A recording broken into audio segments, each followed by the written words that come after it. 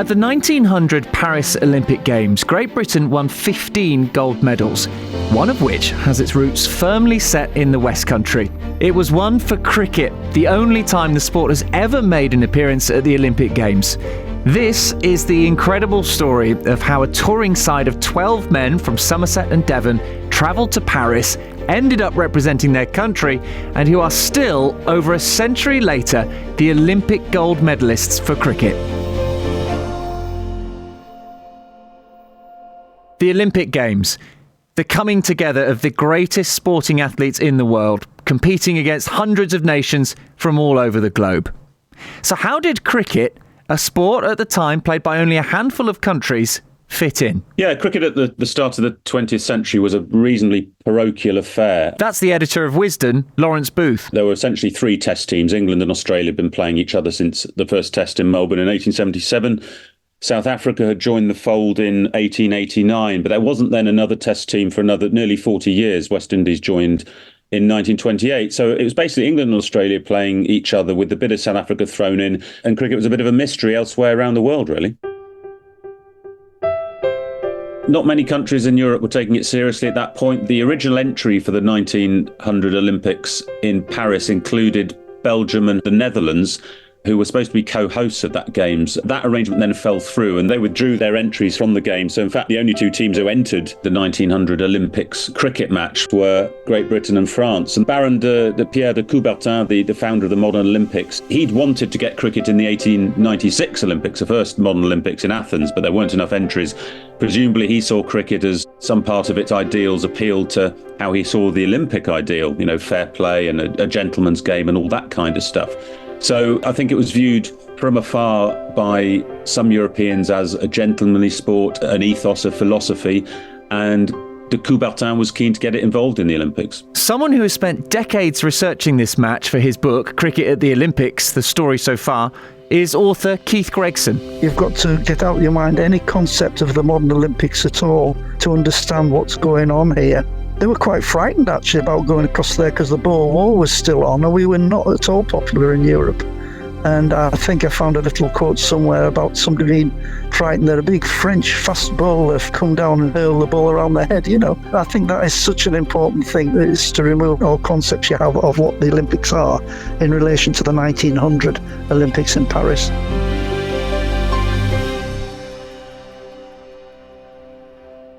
So Team GB, as they're known today, faced the host nation France for the gold medal. But if the Olympics themselves were a million miles away from what we know today, then the selection of the players was just the same. Editor of Wisden, Lawrence Booth. Yeah, so the two teams, they were kind of billed on the posters, the flyers that went up around town as France contre Angleterre, so France against England, not even Great Britain. But in fact, the two teams were more technically, it was all Paris against the Devon and Somerset Wanderers. So it was a very narrow group of players. They were going to Paris anyway on a 3-match tour. They weren't exactly going over there to represent Great Britain at the Olympics. They just happened to fall into this match against all Paris, who, by the way, had about one genuine Frenchman in it, a chap called Roques, R-O-Q-U-E-S. He's the only real French name in that list. And most of the rest of the all-Paris team were English expats working at the British Embassy in Paris. So it was effectively a team of English expats against a team of Devonians and men from Somerset. And it was almost retrospectively turned into this France v Great Britain match. So an absolute hodgepodge of a game, really. To say that they were playing for an Olympic gold medal is almost a misnomer. It was almost an accidental match that became this Olympic playoff. Team GB, OK, we have to stop calling them that. The Devon and Somerset Wanderers were a touring side made up mostly of pupils from Blundell School in Tiverton and players from Castle Kerry Cricket Club. Oh, it's great for the club. I mean, it's good to know we've got such history, and it's good for the prestige to know we're currently Olympic champions. Paul Stanley is the honorary historian of Castle Kerry Cricket Club, the club that gave 5 players to the touring side, including the founder of the tour, William Stevens Don. Yeah, William Don's a local man. He was born in Wincanton, which is not very far from Castle Kerry, and he died in Castle Kerry in 1934. He played for Castle Kerry Cricket Club and then formed this touring team back in 1894, and all this is basically down to him. He attended King's School in Bruton, which is the neighbouring town to Castle Kerry as well. His family had a business they were road factorers, and founded in Castle Carey in, I think it was 1797. So he's been around for a long, long time. Well, the family business has been around for a long time. He became an alderman for Somerset County Council and a governor of King's School in Bruton, where he attended. Like I say, he formed this touring team back in 1894. First tour was in the Isle of Wight, and then 6 years later they braved it abroad and went to Paris. Now, with all that pre-match chaos of teams pulling out, the British being a touring side and the French being mostly expats, how do you think the game panned out? Well, Lawrence Booth can answer that. It wasn't a brilliant spectacle. They played the game at the Vélodrome de Vincennes in the Bois de Vincennes, which is in the sort of southeast of Paris, just outside the Boulevard Périphérique, the main road that encircles Paris. And it was a 20,000-seater cycling track, essentially, that had been built to host various sports for this Olympics. The outfield was very rough. The pitch had been heavily watered. Despite seating, in theory, 20,000, I mean, one report says that only a dozen or so bemused gendarmes turned up to watch the game. So it was very much a game that went under the radar. It was a 2-day match. It was 12 aside. The captains agreed to that. So you can see on the scorecards of the match that took the people who made the scorecard unawares, because they had to handwrite the 12th name on both teams. And the Devon and Somerset Wanderers team, which had the better players, they actually had 2 cricketers who had played first-class cricket. The Somerset guy called Montague Toller, who'd played 6 first-class games for Somerset in 1897, 5 of them in the county championship, and Alfred Bowerman, who'd played 2 first-class games. But apart from that, the standard was club cricket, really, and the scores that emerged from the game reflect that. The first innings of both teams took up the first day of this 2-day match. The Devon and Somerset Wanderers posted 117, with the French team responding with just 78 in the afternoon of the first day, meaning the team representing Great Britain took a lead of 39 into day 2. But it was the second innings where the Wanderers really took control.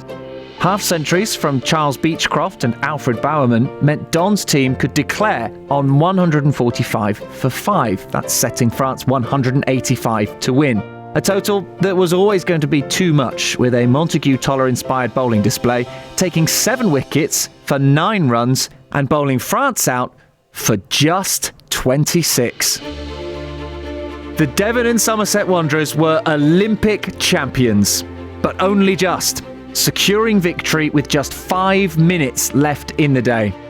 Both teams were given miniature souvenirs of the Eiffel Tower, but strangely, the British team were given silver medals and the French team bronze. These were converted to gold and silver 12 years later. But this match, over 100 years on, still has so much intrigue surrounding it. Author Keith Gregson. There are still sort of questions to be answered. Reference to silver medals, bronze medals, souvenirs such as Eiffel Towers can be found here and there.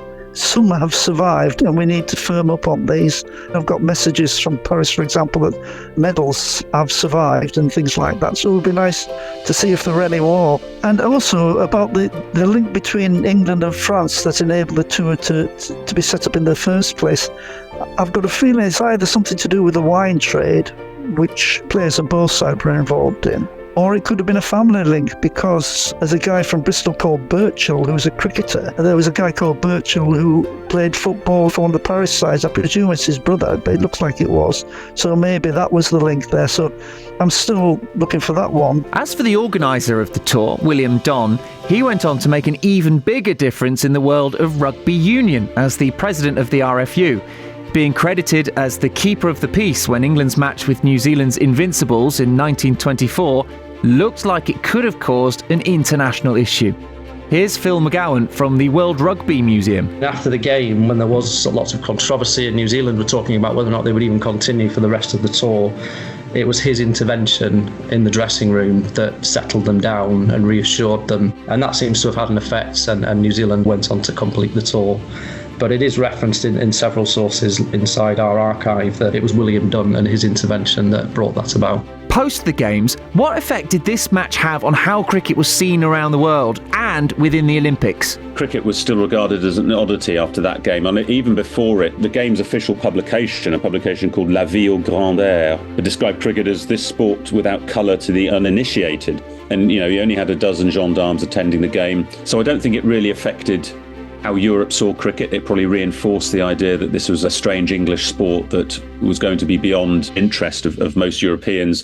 By the 1904 Olympics in St. Louis, cricket had fallen off the radar, really. So you're left with this oasis, this one-off match, this accidental game that might have triggered some interest in continental Europe in cricket, but really because the game was between 21 Englishmen and a Frenchman named Roch, it was always unlikely to trigger wider interest. And over 100 years on, with no cricket match held in the Olympics since, the Castle Carey-led GB team can still, quite rightly, claim to be Olympic cricket champions. Everyone at the club's very proud about it, and we try and plug it as much as we can. It is something to be proud of. It's not something that the newcomers join the club for, but it is a good selling point. No other club can boast that they're Olympic champions the way we can.